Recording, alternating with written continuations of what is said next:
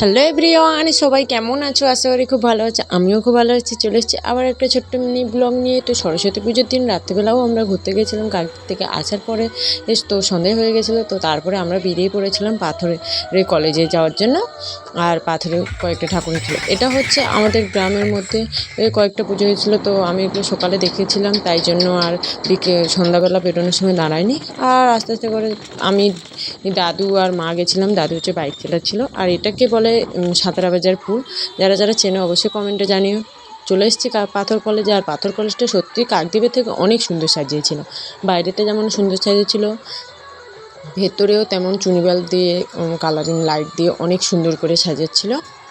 তো কত সুন্দর লাগছে। তোমার বাইরের গেটটাতে দেখো, বাইরেরটা এত সুন্দর সাজিয়েছে, মানে ভেতরের যেখানে ঠাকুরের প্যান্ডেল হয়েছে ওখানটাও অনেক সুন্দর সেজেছে। তো আমি খুব আগ্রহী, কারণ কাকদ্বীপের থেকে পাথর কলেজটা অনেক সুন্দর সেজেছে। সত্যি কথা বলতে আমার তো মন ছুঁয়ে গেছে। কার কেমন লাগছে অবশ্যই কমেন্টে একটু বলবে।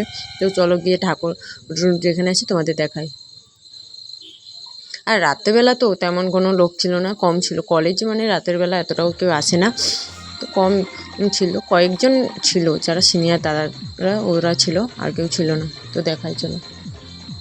আর এটা সামনে দাদু যাচ্ছে। দেখো, সত্যি ভেতরটাও অনেক সুন্দর সাজিয়েছিল। আর যে দেখো ভেতরের যে ঢোকার গেটটা এখানটায়, যে গেটটায় খুব সুন্দর করে সাজিয়েছিল।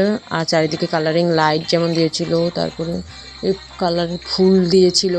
আর ওই যে দেখো, এটা হচ্ছে কলেজের ঠাকুর। আর দুধারে ছিল ফটো তোলার জন্য যে বিনা ছিল, ওইটাতে ফটো তোলার জন্য। আর ডান দিকেও ছিল ফটো তোলার জন্য। কলেজের ঠাকুরটাও অনেক সুন্দর সাজিয়েছে দেখো।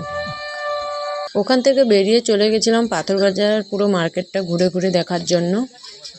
দেখো, এটা হচ্ছে আরেকটা, এটা কি সংঘ বলে একটা। তো মানে পুজোর আগের দিন রাত্রেবেলা পর্যন্ত কোনো কিছুই ছিল না এখানে।